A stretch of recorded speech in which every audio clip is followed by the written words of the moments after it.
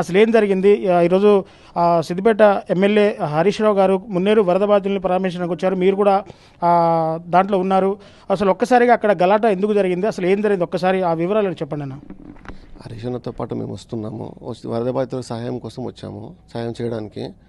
వచ్చే క్రమంలో కాంగ్రెస్ గుండాలు దాడి చేస్తున్నారు.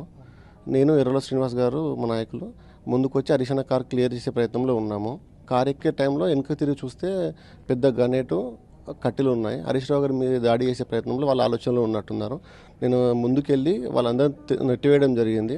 నెట్టివేస్తే మమ్మల్ని నెట్టేస్తావా అని వాళ్ళు తీవ్ర పదజాలంతో మమ్మల్ని దూషిస్తూ నన్ను కార్ కింద నెట్టేయడం జరిగింది. దాంతోపాటు కాల్ ఫ్రాక్చర్ అయింది, బాగా దెబ్బలు తాకినాయి, కారు మీద ఎక్కింది. గుండాలు కార్ ఇరిగిన తర్వాత కూడా మళ్ళీ దగ్గరికి వచ్చి నన్ను గల్లబట్టుకొని ఏం రా మమ్మల్ని నూకేస్తున్నావు, మేము సంగతి చెప్తాం, మీ అంతు చూస్తామని బెదిరించడం జరిగింది.